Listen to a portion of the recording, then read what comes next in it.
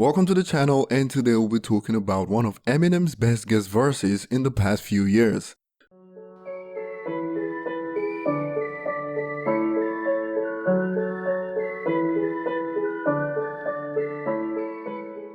Of course, I am exaggerating with the title of this video, but you should get the point of what I'm trying to say. And Eminem is not one to jump on any artist's song to increase his number of entries on the US Hot 100 singles chart, so with the number of guest verses he's done in the past few years, you wouldn't need to think too hard to know the verse I am talking about. Before I mention it, choose a verse in your head and tell us in the comment section the verse you guessed. I'll give you 5 seconds.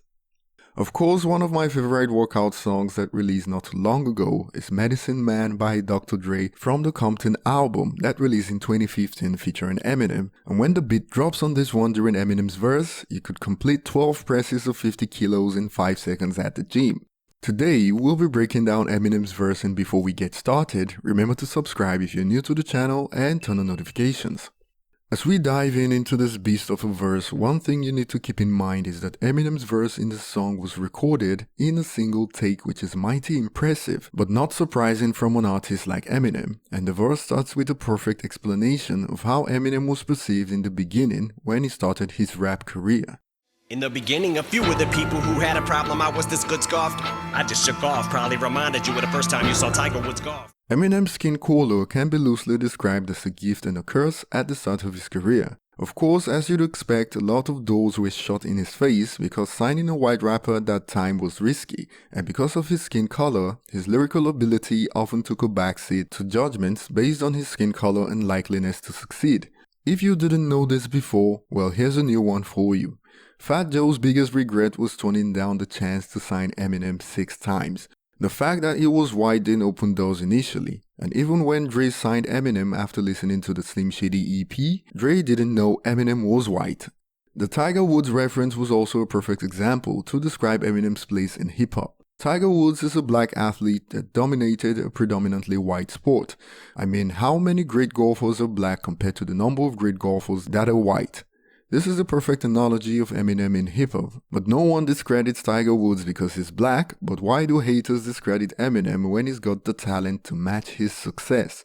In addition, notice how the verse started off with "in the beginning," similar to how the Christian Bible starts in the first book Genesis. One is about the Christian God and the other, the start of the rap God. Never thought about how much my race and nationality meant, but based on how I ascended, see how plain it was now they want me to jet. When he was underground doing his thing with Proof and the rest, no one really cared about his race, and even when he got signed, Dre himself didn't know Eminem was white. Eminem even spoke about this previously on the track White America from the Eminem Show album, but all the criticisms came after when things started to get positive for him. No one really gave a fuck about my descent till I took off. Mistook me because I looked soft, but I stood tall, I just followed the... From no one really caring when he was underground to everyone now picking on his race when he took off with the Slim Shady LP album.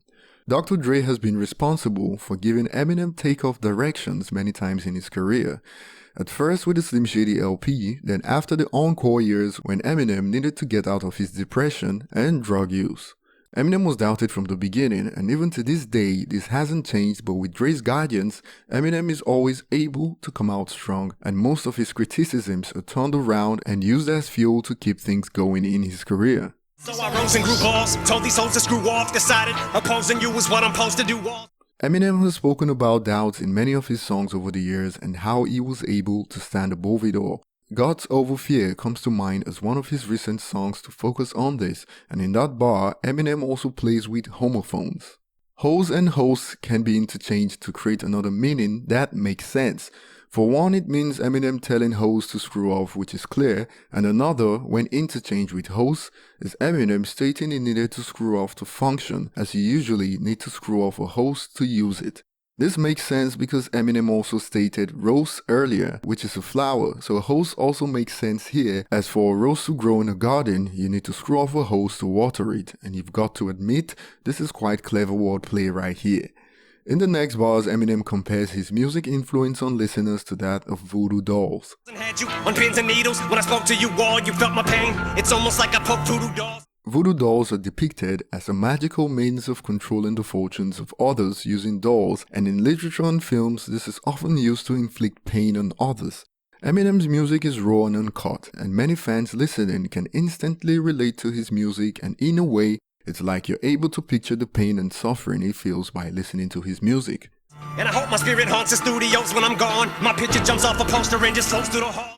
Eminem, just like Tupac, wanted to reach the status where even if he passed away, his music will live on for many years to come, and he always wanted to gain the respect of his peers, MCs that are considered to be the greatest. Of course, he has achieved this already, and legends like Rakim consider Eminem to be one of the greatest, and most of the time, it's the underaccomplished rappers that come out of the cracks to criticize Eminem, and Eminem even name drops Lou Rawls at the end of the section of the verse. It fucking goes through the walls like the ghost of Lou Rawls. Lou Rawls is one of the most celebrated artists ever that left a legacy that will be hard to match by any. The beat drops and Eminem goes insane on the mic, and this is where you could hurt yourself at the gym for real. Eminem's career has been filled with drama. This is aimed at many famous people believed to be untouchable before Eminem's career took off. And this bar is filled with references and meanings all over the place. For one, Armageddon metaphorically describes Eminem's career in hip-hop since he took off. It was also the title of a diss track he aimed at Benzino, and Eminem plays on the words at the start of the bar. Karma's Headed for Armageddon contains the words head and arm, and Eminem plays on this by stating, "I'm going in, already got an arm and head in." I'd like to know your thoughts about this wordplay in the comment section below. Eminem has always criticized those who take his words literally, because if they weren't just shock and entertainment, of course he'll be in jail now. But on this track, Eminem flips this around and goes in hard regardless of the repercussions. Whoever said words to this words ain't heard me word on my gift. Fucking my image even ends up taking a personal hit. I mean, people lose multi-million-dollar deals with mega corporations for saying things less offending than what Eminem says regularly. But Eminem from the get-go never cared about his public image, which is quite interesting because despite having a villain image relative to other icons in the entertainment industry, Eminem still gets more deals thrown at him than the pop icons with angelic public images. Toe the line is an idiomatic expression meaning to conform to standards or set of rules, and throughout Eminem's career, there has been a push to keep him in line with what is considered acceptable. Eminem here plays on the word towing, which could mean a couple of things. For one, towing an overtime when stylized could be written as T-O and O-T, so here he's basically suggesting he's been doing the opposite of what is expected of him. Towing on its own could also mean using one's toe to push, touch, or kick something, implying he's been pushing the boundaries of the standards they set on what is acceptable, so he's been pushing things farther and farther with his toes slightly each time from the beginning, metaphorically speaking of course. In recent years, many critics believe Eminem has gone pop, and that along with many other criticisms he gets, Eminem states it's blind to it all. Sure as the mold is blind in my mind, I'm still underground as a groundhog, and I'ma go for mine. Like a hole for road is trying to dig up some golden diamonds are cold to find. In his mind, he's still underground as a groundhog, an animal known to excavate tunnels and burrow underground, so regardless of what critics think, he still has the mindset of an underground rapper, but just with that air about him that you could describe as the X factor that gives him the ability to also dig up gold and diamonds. I'll rephrase this. Dig up some gold and diamond certifications despite having the mindset of an underground rapper. At this point in the verse, Eminem is spitting viciously with a flow most MCs can only cook up in their dreams, and Eminem compares his ability on the mic to work as that of a gun. No sign of slow when he slams on my nines, I just load up the most rhymes and open fire with a closed mind. And you may think otherwise, believing he's slowing down, but no, he's just reloading to come back as hard with a mind close to what is expected of him as a quote role model. The combination of Eminem and Dr. Dre is pretty much the greatest of all time based on how much they've achieved together, and this is the type of synergy regardless of your chosen field, most people aspire to achieve with business partners/friends. The amount of loyalty is astonishing, and Eminem describes how he operates with Dre using the analogy of a sharpshooter and a gun. All I needed was someone to co-sign, been an assault rifle with the sniper scope for this whole time. Take one, say when the blast is, give me the order, I spray. Eminem had the skill set and delivery from the beginning, and all he needed was someone to point him in the right direction and give him a boost to the mainstream level. No one believed someone with his skin color would make it again in hip-hop, but while he needed direction, Dre needed a secret weapon to make a comeback, and as soon as the partnership began, it was all she wrote in the hip-hop genre. And despite Eminem having the skill set akin to that of an assault rifle, he's also got the precision to deliver like that of a sniper rifle. The next bar stirred up controversy in mainstream media, which is something Eminem was ready for since he started the verse by stating he doesn't care if his public image takes a hit. But the point of the bar was basically Eminem reinforcing the idea he's so good on the mic, and even if you find his lyrics controversial and offending, deep down you still enjoy the way he does it so skillfully despite finding it offending. The verse ends with Eminem referring to old times when he recorded verses in a single take even after he met Dr. Dre recording the Slim Shady LP, which was something he developed due to limited funds for studio time before he got signed. Dre make the bass pump and let the tape run. For old time's sake, I spit it straight through. This is take one.